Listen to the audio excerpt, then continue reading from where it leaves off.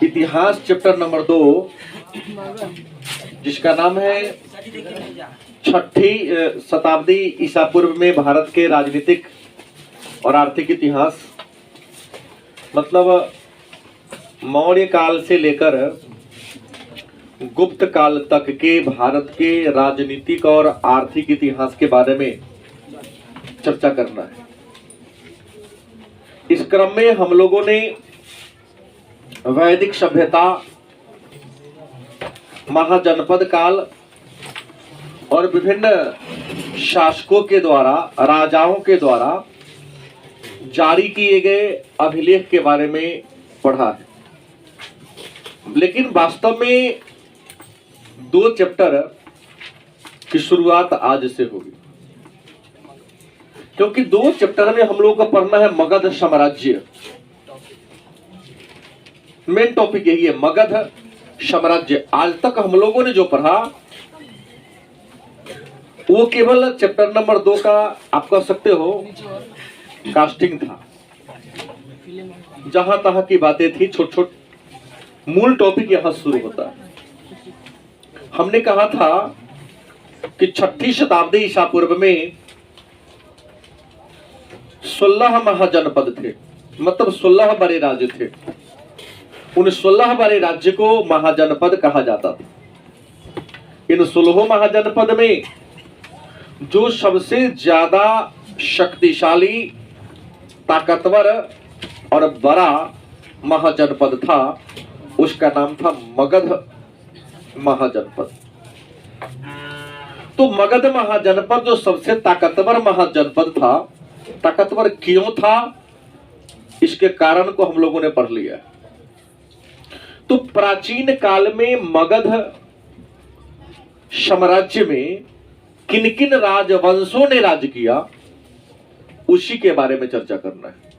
तो मगध साम्राज्य पर किन किन राजवंशों ने राज किया, इस बात को जानने से पहले ये जाने कि मगध साम्राज्य के संस्थापक हैं कौन।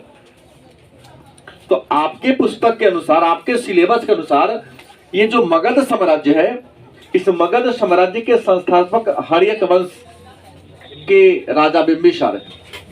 लेकिन रियल में अगर वास्तव में देखा जाए तो मगध साम्राज्य के संस्थापक बृहद्रथ नामक एक व्यक्ति ने किया, और वह बृहद्रथ जरासंध के पिता थे।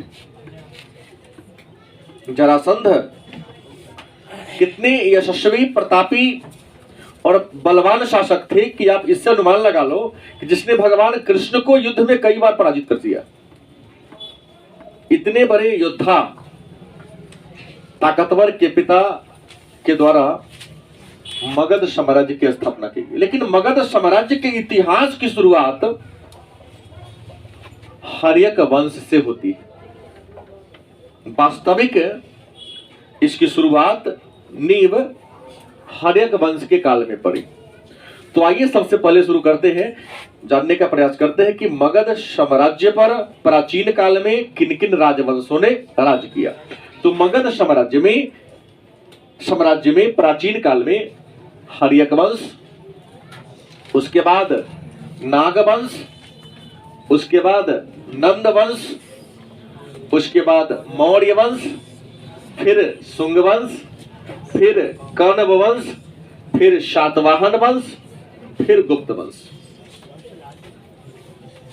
शुरुआत हर्यक से होता है और प्राचीन काल में अंत गुप्त वंश से होता है। इस सारे टॉपिक को इस पाठ में पढ़ना है।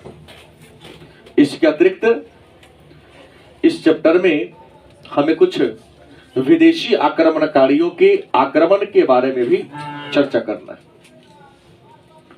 तो आइए सबसे पहले जान ले हर्यक वंश। तो हर्यक वंश मगध पर शासन करने वाला पहला राजवंश था। इसका शासन काल था 544 बीसी टू 412 बीसी। बीसी का मतलब हमें अब समझाने की जरूरत नहीं होनी चाहिए, बिफोर क्राइस्ट। ईसा मसीह के जन्म के 544 वर्ष पहले हर्यक वंश की नींव रखी गई थी। और यह वंश लगभग 68 वर्षों तक, लगभग 68 वर्षों तक अस्तित्व में रहा और 412 ईस्वी में इस वंश की समाप्ति हो जाती है। इस वंश में कई प्रतापी राजा हुए, राजा कई हुए, लेकिन प्रतापी राजा मात्र 3 ही थे। इस वंश के जो प्रतापी राजा है, उस प्रतापी राजा में 3 का ही नाम आता है। हालांकि मैं 4 का नाम यहां लिखा हुआ लिखूंगा। पहला आता है बिंबिसार का नाम, दूसरा आता है अजात शत्रु, तीसरा आता है उदायीन, चौथा आता है नागदशक।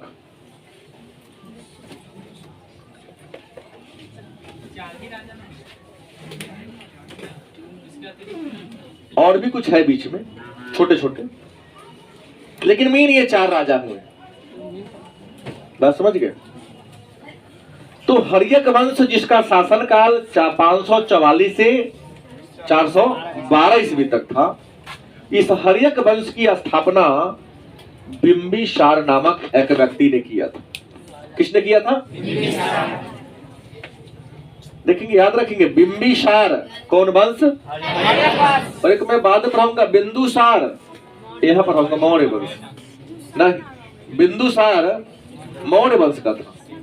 तो दिमाग लगाइएगा, दोनों एक नहीं है, दोनों अलग अलग व्यक्ति है। तो हर्यक वंश के संस्थापक कौन थे? और हर्यक वंश के अंतिम शासक नागदशक को दर्शक भी कहा जाता है। नागदशक हो या दर्शक हो चलेगा, ठीक है। और तो एक बात तो क्लियर हो गया। 3 प्रश्न वस्तुनिष्ठ आपको यहां देखने को मिला। पहला प्रश्न क्या मिला कि मगध पर शासन करने वाला या मगध साम्राज्य की नींव किस वंश के काल में पड़ी? हर्यक वंश के, एक बढ़ जाओ जहां चर्चा, हर्यक वंश के काल में पड़ी। हर्यक वंश की शासनकाल क्या था? 544 ईसा पूर्व से 412 ईसा पूर्व से। हर्यक वंश के संस्थापक कौन थे? बिंबिसार थे। और हर्यक वंश के जो अंतिम शासक थे नागदशक या दर्शक। अब यहां पर एक प्रश्न आया कि बिंबिसार की बात कर लेते हैं, पहले इनकी उपलब्धि को जान लेते हैं। तो बिंबिसार जो हर्यक वंश के संस्थापक थे, इनका शासन काल था 544 बीसी टू 491, कहीं कहीं 92 लिख देता है बीसी। बात समझ गए? इनका शासनकाल था। इतिहास में इन्हें श्रेणिक, क्या श्रेणिक उपनाम से जानते हैं। मगध के किस शासक का उपनाम श्रेणिक है? बिंबिसार का उपनाम श्रेणिक है। बिंबिसार जब मगध साम्राज्य की में हर्यक वंश की स्थापना किया, तो उस समय मगध साम्राज्य में लगभग 80,000 गांव थे।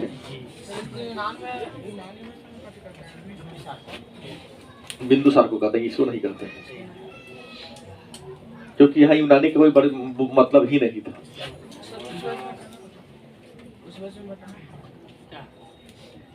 यूनानी में चर्चा ही नहीं किया, बताया है, लिखे हुए थे। आने दीजिए, आगे तुम देख लेंगे। तो प्रश्न क्या है कि बिंबिसार को श्रेणिक उपनाम से जानते हैं, और जिस समय इन्होंने हर्यक वंश की स्थापना किया, उस समय इसमें क्या कितने गांव थे? 80,000 गांव थे। आपके प्रश्न का उत्तर मुझे याद आया, यहाँ करके घबरा जाएगा कि पूरा पढ़ूंगा दोबारा करोगे तो यहाँ कंफ्यूजन होगा सब। हमें अजात शत्रु के बारे में कहा, यूनानी लेखक अजात शत्रु को पुनिक कहते हैं, आप इसमें जोड़ रहे हैं, हम भी कंफ्यूज हो गए, हमने कुछ बोला नहीं। तो प्रश्न है, इस 80,000 गांव थे, और 80,000 गांव के इस साम्राज्य की राजधानी इसने गिरिव्रज या राजगृह को बनाया। किसे बनाया? राजगृह को धर्म ग्रंथों में वसुमती भी कहा जाता है। तो बिंबिसार की राजधानी कहाँ थी? बिंबिसार महात्मा बुद्ध के समकालीन थे, महात्मा बुद्ध के ये मित्र थे, दोस्त थे, हाथ के जेठ थे, लम्हर थे, उम्र में बड़े थे। इससे बोलते दरमान लगा लिया है। ये महात्मा बुद्ध से क्या थे? बड़े थे, पढ़े थे दोनों साथ, क्योंकि भी राजा के बेटा वो भी राजा के बेटा। जब ये राजा बने बिंबिसार, तो अपने मित्र गौतम बुद्ध को एक बांस का बगीचा उपहार में दिया था, उसका नाम था बेलूवन। मैं गया हूं यहाँ, उम्मीद है आप लोग भी गए हो राजगीर में, वह बगीचा आज भी। तो बेलूवन नामक बांस का बगीचा बिंबिसार ने अपने मित्र गौतम बुद्ध को दिया था। बिंबिसार अपने साम्राज्य को बड़ा करने के लिए वैवाहिक नीति, कौन सी नीति? वैवाहिक नीति। वैवाहिक नीति का मतलब होता है विवाह करने की नीति। देखा कि हमारा साम्राज्य सुरक्षित कैसे रहेगा, हमारे साम्राज्य का रक्षा कैसे हो पाएगा, कैसे हमारा पड़ोसी जो राज्य है हमारे राज्य पर आक्रमण नहीं करेगा। यह बात सोच करके इन्होंने क्या किया? वैवाहिक नीति मतलब विवाह करने की नीति का अनुसरण कर लिया। बात समझ गए? और अपने वैवाहिक नीति के अंतर्गत बिंबिसार ने 3 बड़े बड़े महाजनपदों राज्यों के साथ वैवाहिक संबंध जोड़े। पहला संबंध इसने कोसल महाजनपद की राजकुमारी, नाम था महाकौशला देवी, से विवाह किया। महाकौशला देवी से विवाह किया। और महाकौशला देवी से विवाह करने के उपलक्ष्य में इन्हें सुरक्षा के साथ साथ सोना चांदी आभूषण के अतिरिक्त इन्हें काशी ग्राम, एक गांव दहेज में मिला, उस गांव का नाम था काशी ग्राम। काशी ग्राम गांव एक दहेज में मिला, जिस गांव से प्रतिवर्ष इन्हें 1 लाख टैक्स के रूप में प्राप्त होता था, प्रति ईयर, महीना नहीं, प्रति वर्ष। दूसरा विवाह इन्होंने पंजाब की राजा मद्र की बेटी खेमा से किया था। क्षेमा भी लिखता है, कई बार क्षेमा भी लिखता है, कोई दिक्कत नहीं है। शेम नाम है, बुक में खेमा है, कई किताब क्षेमा लिख देता है, दोनों सेम है। तो पंजाब के राजा मद्र की बेटी खेमा से किया था।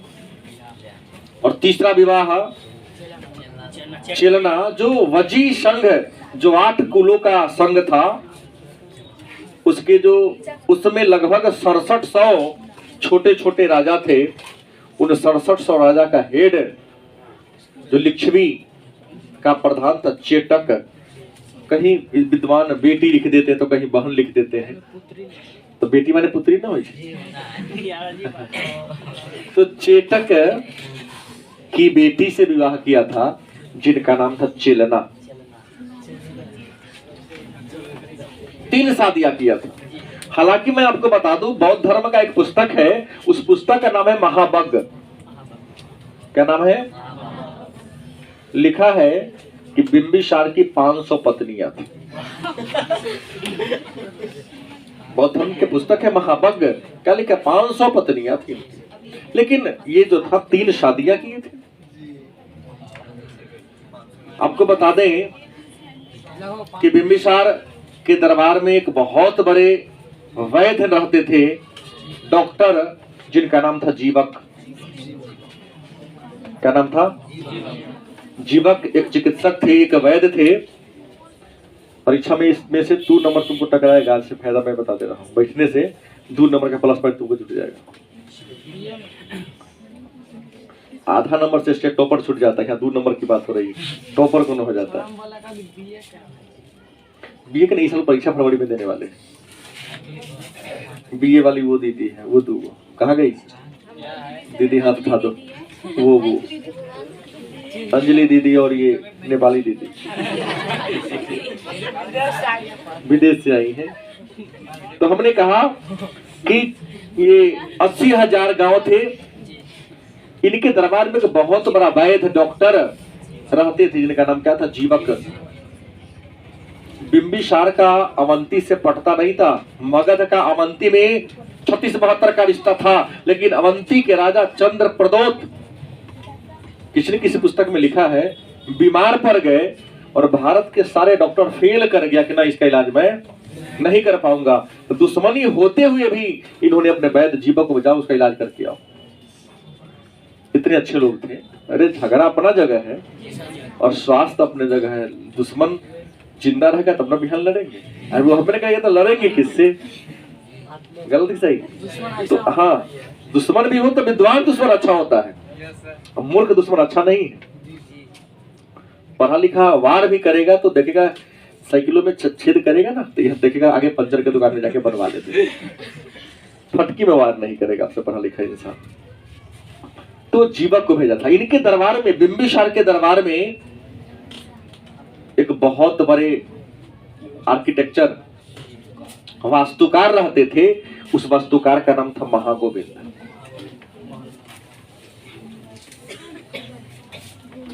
महागोविंद क्या नाम था, महागोविंद एक बहुत बड़े वास्तुकार थे। और इसी महागोविंद ने राजगृह शहर की रूपरेखा बनाई थी।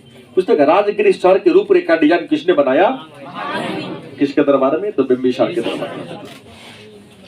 लेकिन बिंबिसार का जो अंतिम जीवन था बड़ा ही कष्टपूर्ण तरीके से बीता, क्योंकि बिंबिसार का पुत्र अजातशत्रु ने सत्ता प्राप्त करने के लिए, राजा बनने के लिए इन्होंने क्या किया, अपने पिता बिंबिसार की हत्या कर दी।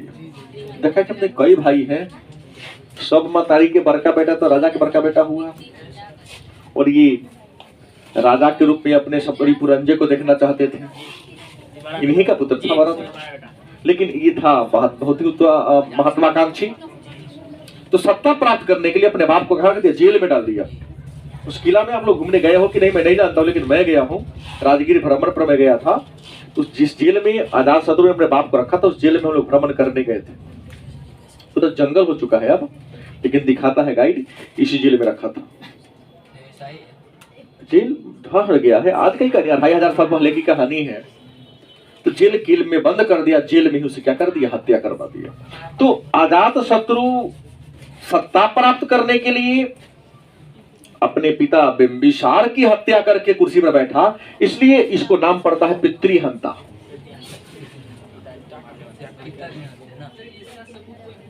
हाँ है, इलवासम की पुस्तक है अद्भुत भारत। हाँ, तो अलग अलग मतांतर है। हम इलवासम में तो ये भी लिखता है कि बुद्ध ने जब जन्म लिया तो जन्म लेने के बाद खड़ा हुआ, 7 कदम आगे बढ़ा, ऐसा होगा।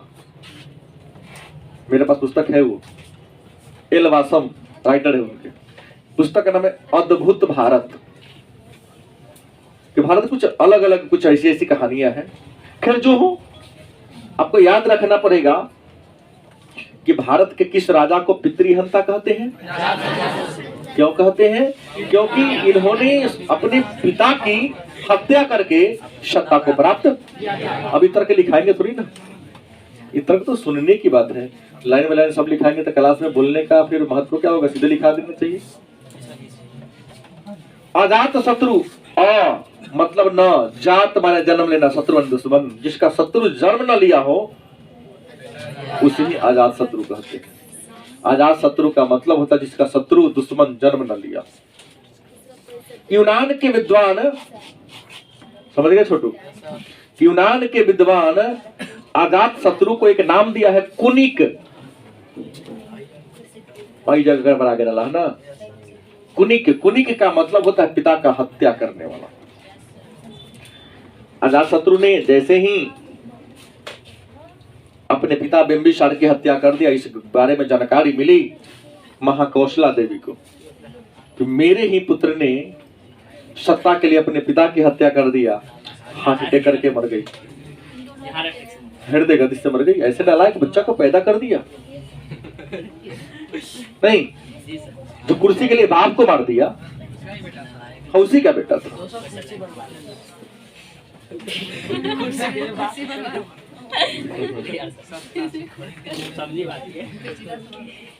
सत्ता के लिए मार दिया, मतारी क्या हो गई, मर गई, बाप ही मर गया। तो कौशल के राजा थे प्रसेनजीत, कौन थे? देखा कि बहन भी मर गई, बहनोई भी मर गया, तो काशी ग्राम देने की क्या मतलब है?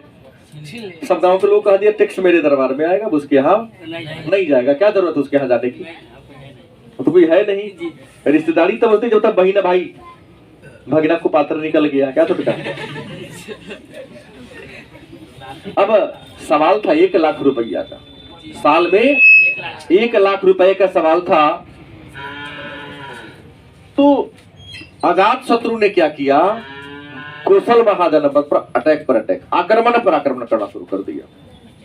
हर बार हार जाता था, लेकिन प्रसेनजीत माफ कर देता था। क्या भगीना है, क्या इसको मारे, भांजा को मार करके हाथ गंदा करने से नरके में जाएंगे, माफ कर देता। इतना ना आक्रमण किया, इतना बार तंग आके इसे संधि कर लिया। और संधि में प्रसेनजीत ने अपनी पुत्री वजीरा का विवाह किससे करा दिया? अजात शत्रु से करा दिया, ममेरी बहन से। और पुनः काशी ग्राम इसको दहेज में मिल गया। दूसरी कहानी, देखा कि पंजाब वाला तो विरोध करेगा नहीं, लेकिन पटना राजगीर के बगले में है वैशाली। चिलना के अपने दोनों बेटा के साथ नैहर आ गई, मतलब वैशाली आ गई, लिच्छवी गणराज्य में आ गई। अब अजात शत्रु को लगा कि कहीं दूगो और भाई वहां चल गए, अपना एक मामा दोनों सपोर्ट कहीं कर दिया तो हस नहस मिला देगा मेरे राज्य को। आरोप लगाया था कि नौलखा हार लेके चला गया है और हाथियों का टीम लेकर चला गया है, और बहुत आरोप लगाया कि आ गया तो ये सोचा कि क्या करे, क्या आक्रमण करे। इसने आरोप लगाना शुरू कर दिया कि हमारे दोनों भाई और हमारी जो माँ है इतना लेके गया है, हड़प लिया। कुछ आरोप लगाएंगे ना आक्रमण करने के लिए, आरोप लगाना शुरू कर दिया। लेकिन कलेजा में दम नहीं था कि वजीशंघ पर क्या कर दे, क्योंकि वजीशंघ के अंतर्गत 8 कुल थे और 8 कुल मिलाकर के लगभग 6700 राजा थे। इनके सेना में जितना सिपाही नहीं था, उसके दरबार में दरबारी था उतना। सोच लो, जितना संभव था, जितना संभव ही नहीं था। अब हुआ कि क्या किया जाए, तो अजात शत्रु के दरबार में उनका एक मंत्री था, उनका अमात्य नाम था वर्षकार। वर्षकार कौन था? अजात शत्रु का मंत्री, युद्ध और शांति का मंत्री, प्रधानमंत्री, वही वर्षकार था। वर्षकार को कूटनीति में चाणक्य का अगुआ कहा जाता है, मैंने उससे पहले वाला। जैसे हुमायूं के मकबरा को ताजमहल का पूर्वगामी कहा जाता है, मतलब हुमायूं का मकबरा हूबहू देखने में ताजमहल जैसा है, लेकिन वो ताजमहल से पहले बना। गलत कि सही? नहीं सही मानिएगा तो दम धरो 15-20 दिन आइए जाएंगे, छठा पाठ में तो पढ़ाइए देंगे, हाँ दिखा देंगे फोटो सहित। वर्षकार को जिम्मा दिया गया कि आखिर वजीशंघ को हराया कैसे जाए। सोचा कि किसी विद्वान से सलाह ले। महात्मा बुद्ध तो मर चुके थे। महात्मा बुद्ध जब मरे उस समय मगध के राजा कौन था?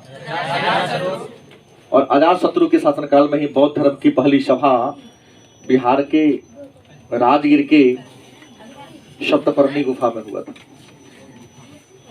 बात समझ गए?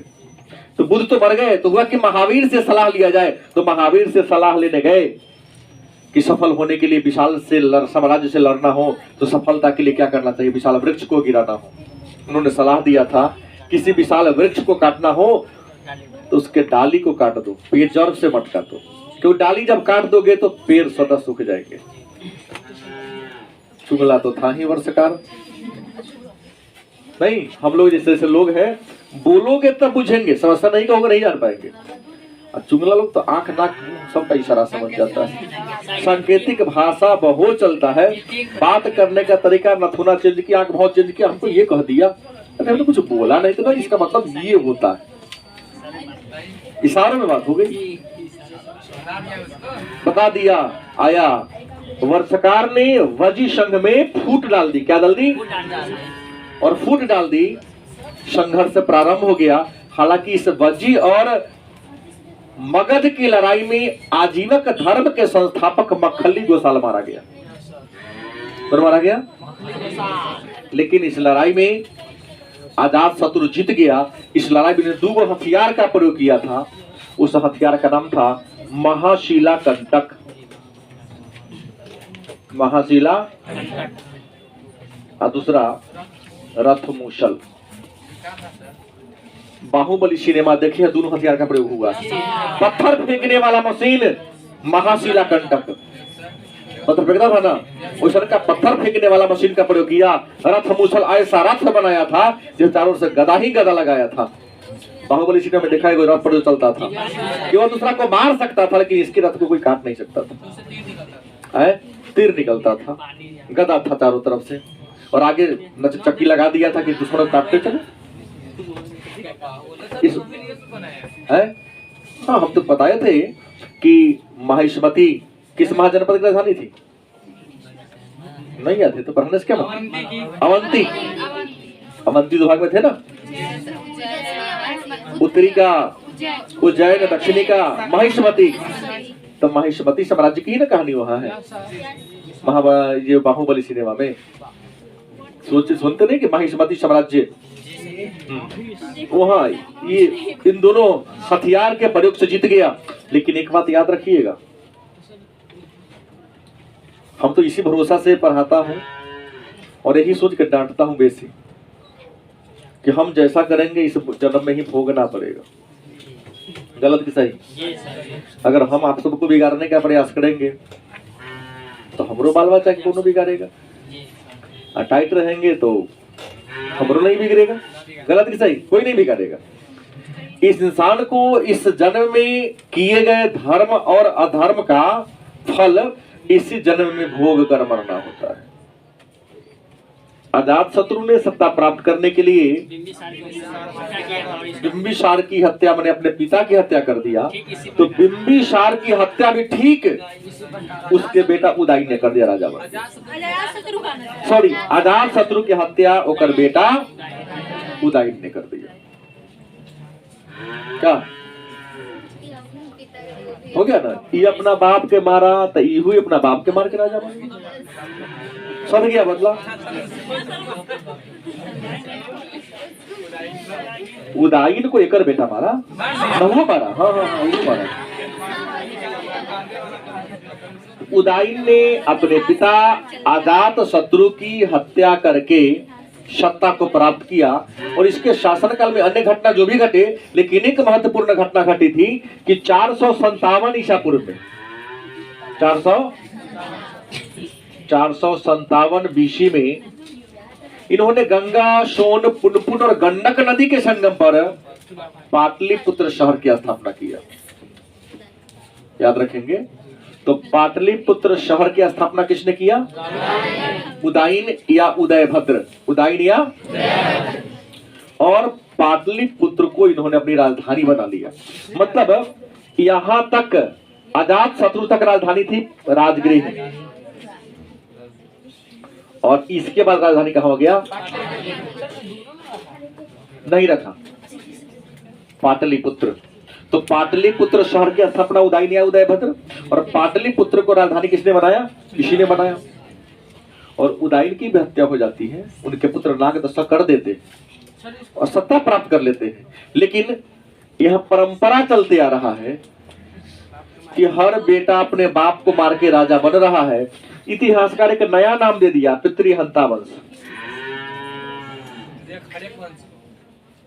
हर्यक वंश का एक अन्य नाम विद्वान लोग देते हैं, पितृहंता वंश। तो पितृहंता वंश क्योंकि पिता के मार के सब राजा बन रहा है, तो पितृहंता वंश नाम आ गया। अब राजाओं के इस कुकृत्य के कारण जनता में राजा के प्रति संदेह का विचार आ गया। बात है कि राजा परिवार में जो घटनाएं घट रही है वो हमारे आम जनता के परिवार में चला आएगा, परंपरा बन जाएगा, तो हम लोग तो परेशान हो जाएंगे। तो और ये कमजोर भी था। इसके शासन काल में इसका जो प्रधानमंत्री था शिशुनाग, क्या नाम था? अब प्राचीन काल में प्रधानमंत्री को अमात्य कहा जाता था। क्या कहा जाता था? अमात्य मतलब पीएम, प्रधानमंत्री। तो इसका जो अमात्य था उसका नाम था शिशुनाग। किसका नाम था? शिशुनाग ने क्या किया, देखा कि राजा अलोकप्रिय हो गया है और हम प्रभावशाली हैं, इसका फायदा उठाया। शिशुनाग ने नागदशक को पदच्युत कर दिया। पदच्युत मतलब पद से हटा देना, पद से हटा दिया या हत्या कर दिया। और पदच्युत करने के बाद हर्यक वंश के स्थान पर एक नए राजवंश की स्थापना किया। उस नए राजवंश का नाम है नागवंश, जिसका शासन काल था 412 BC टू 344 BC। याद रहेगा? तो शिशुनाग वंश के शासन काल के बारे में जान गए। हाँ खुश रहिए। वो क्लास में थोड़ी बात कर दियो। हमने कहा कि 412 ईसा पूर्व से 344 ईसा पूर्व तक किसका शासन था? शिशुनाग वंश। शिशुनाग था कौन? तो नागदशन का अमात्य था। कहाँ का अमात्य? तो काशीग्राम का। कहाँ का था? काशीग्राम का। काशीग्राम क्या था? तो एक ऐसा गांव था जिसे हर्यक वंश के संस्थापक बिंबिसार को दहेज में मिला था। कौशल महाजनपद से दहेज में मिला था। बात को समझने में किसी छात्र को या छात्रा को परेशानी तो नहीं हुई होगी शायद। क्या नागवंश की बात करते हैं तो नागवंश में हम 3 राजा के नाम का उल्लेख करेंगे। पहला संस्थापक कौन था? शिशुनाग। शिशुनाग का बेटा हुआ कालाशोक। कौन हुआ? इसको हम काक वर्ण भी कहते हैं, काक वर्ण भी कहते हैं। और तीसरा जो अंतिम राजा है वह नंदीवर्धन।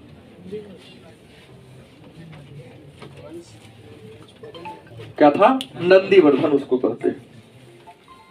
इसको कहीं की क्लास में 10 मिनट के बाद बताइएगा। के बारे में समझाइए।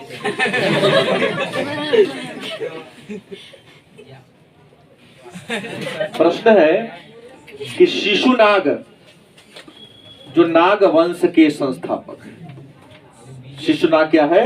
नाग वंश के संस्थापक है। और नाग वंश के अंतिम राजा नंदीवर्धन। नागवंश के अंतिम राजा कौन है? नंदीवर्धन। और नागवंश के प्रथम राजा कोई दिक्कत? एक बात आ गया कि आपसे पूछेगा कि नागवंश के संस्थापक, नागवंश के अंतिम शासक शिशुनाग था कौन? तो शिशुनाग नागवंश का संस्थापक था और यह राजा बनने से पूर्व हर्यक वंश के अंतिम राजा नागदशक का अमात्य था। 2 लाइन तो लिख सकते हो ना? गलती की सही? इन्होंने जिस राज्य वंश की स्थापना की उसका नाम था नागवंश, जिसका शासन काल था 412 ईसा पूर्व से 344 ईसा पूर्व। शिशुनाग जब राजा बना तो इन्होंने पाटलिपुत्र के अलावे एक और राजधानी बनाया, उसका नाम था वैशाली। क्या नाम था? वैशाली को अपना राजधानी बनाया ताकि वैशाली जो लिच्छवियों की राजधानी थी, अगर वहां प्रशासन रहेगा तो ये वजीशंग स्वतंत्र होने का प्रयास नहीं करेगा, उस पर हमारा दबदबा बना रहे। शिशुनाग के मृत्यु के उपरांत अपने इच्छा से मरा, उम्र से मरा। शिशुनाग के मरने के बाद इनका बेटा कालाशोक, जिसे पुराणों में काकवर्ण के नाम से जानते हैं, राजा बना। यह भी बड़ा ही प्रतापी राजा था। इनके शासनकाल में भी कई महाजनपद, चर्चा पहले हो चुकी है, कई महाजनपदों को जीतकर, खास करके अवंती का नाम बता दूं आपको, को जीतकर इन्होंने मगध में मिलाने का काम किया था। और कालाशोक के शासनकाल में ही बौद्ध धर्म की दूसरी सभा का आयोजन बिहार के वैशाली जिला के चुलबग नामक गांव में हुआ था। चुलबग 4 पार्ट में फिर चर्चा करूंगा मैं विस्तार से। और कालाशोक ने क्या किया कि वैशाली को राजधानी कैंसिल कर दिया और केवल पाटलिपुत्र को ही राजधानी रखा, क्योंकि राजधानी अगर 2 से अधिक जगह पर होता है तो प्रशासनिक खर्च क्या होते हैं, बढ़ जाते हैं। अंतिम शासक था नंदीवर्धन, किस वंश का? नाग वंश का। नंदीवर्धन था अयोग्य शासक, शासक की योग्यता नहीं थी। इसका फायदा उठाया इसका प्रधानमंत्री, अमात्य फायदा उठाया, उसका नाम था महापद्म नंद। क्या नाम था? जो इसका अमात्य था, फायदा उठाया कमजोरी का और नंदीवर्धन को पदच्युत कर दिया, मैंने पद से हटा दिया। और पदच्युत करके इस नाग वंश के जगह पर एक नए वंश की स्थापना किया, नाम पड़ा नंद वंश। और नंद वंश का शासनकाल था 344 BC टू 323 BC। मतलब 344 ईसा पूर्व से 323 ईसा पूर्व तक नंद वंश का शासनकाल रहा। कोई दिक्कत? नंद वंश के संस्थापक महापद्म नंद बड़ा ही वीर शासक थे। असंख्य सेना धन अथाह था इनके पास। इन्होंने दूसरे परशुराम, भार्गव, एकराट, सर्व छत्रांतक जैसी उपाधियां धारण किया था। इन्होंने कलिंग को जीता, कलिंग को जीत कर वहां से जीनसेन, जैन धर्म के तीर्थकर, जीनसेन की मूर्ति उठा के लाया था। कलिंग में सिंचाई के लिए नहर का भी निर्माण कराया था। साथ ही साथ इन्होंने पाटलिपुत्र में स्थित बौद्ध धर्म का एक संघाराम था, एक कुट्टाराम था, उस पर भी अटैक किया था, क्योंकि इनको पता चला उस कुट्टाराम में बौद्ध का एक मंदिर, बहुत सोना चांदी है, लूट लेंगे तो धन की प्राप्ति होगी। लेकिन उसको तोड़वाने का काम कर रहा था तो आकाशवाणी हुई थी कि अगर तोड़ोगे तो तुम्हारे क्षति होगी, राज्य नष्ट हो जाएगा। तोड़वाना क्या कर दिया? बंद करा दिया था। 8 को पुत्र था महापद्म नंद को। ये बड़े अत्याचारी राजा थे, निर्दयी थे, जनता इनसे खुश। 8 संतान, 8 को बेटा था इनके पास। 8 बेटा इनसे भी बढ़ चढ़कर प्रभावशाली, अत्याचार में नहीं कहो कहे होते। एक ही विवाह से थी। तुम्हारा के दिमाग में क्या चल रहा है?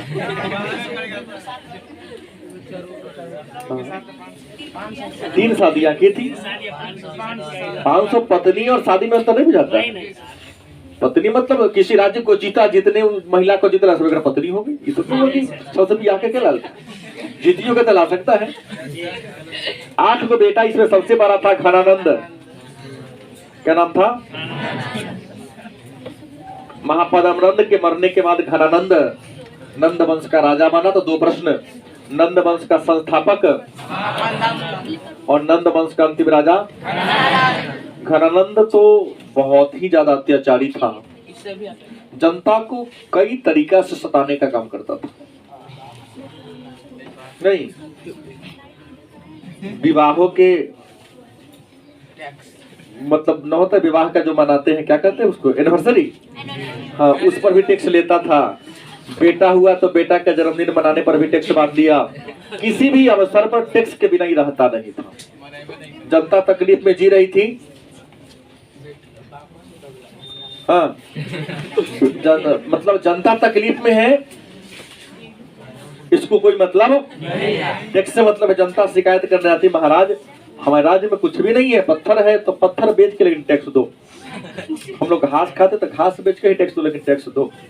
और नहीं देने पर, पागल था ये, नहीं देने पर उसके साथ अमानवीय व्यवहार करता था।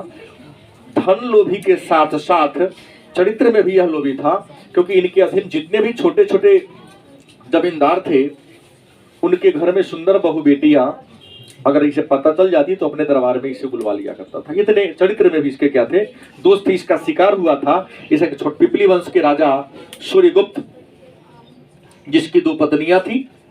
उसमें मूरा जो सबसे बड़ी सुंदर थी, तो चंद्रगुप्त मौर्य की माता थी। उसको हस्बैंड को मार दिया, शादी करने के लिए विवश किया था, लेकिन शादी नहीं की तो जेल में बंद कर दिया। लेकिन एक संतान हो चुका था, जेल में तो बंद हुई। कहानी इसके आगे की कहानी जब ये मौर्य वंश पढ़ाएंगे तो चर्चा होगी। हाँ, उसी बच्चा ने जिसके माँ को बंदी बना लिया था इसने, उसी का बच्चा चंद्रगुप्त मौर्य था, जो हाँ छोटा पिपली वंश के राजा थे। मैं चर्चा यहाँ करूंगा तो बताऊंगा पिपली वंश के थे वो। फिर जो अत्याचारी था, और इसी घनानंद के शासनकाल में विश्व विजेता सिकंदर का अभियान इंडिया की ओर हुआ था। लेकिन सिकंदर का सेना मगध की सीमा में प्रवेश करने से इनकार कर दिया। ये नहीं, कई कारण थे। कारण यह भी था कि पोरस का टेलर देख चुका था वो। क्या, क्योंकि सिकंदर की सेना से किसी ने लड़ा ही नहीं था। सभी राजा तो आते ही मुकुट डाल देता था, हम आपकी अधीनता को स्वीकार करते हैं। पोरस पहला राजा हुआ जिसने सिकंदर से लड़ा, कहा कि हम क्षत्रिय हैं, जनता ने चुना है रक्षा के लिए, तो हम लड़ेंगे। हार जाएंगे तो राज तुम्हारा। कहीं जीत गए तो बिना लड़े हार मान लेना क्षत्रिय धर्म नहीं है, ये तो अधर्म हो गया। तो उसके लड़ने की कुशलता को देखकर सिकंदर के सेना का हौसला टूट गया। सबके मन में विचार आने लगा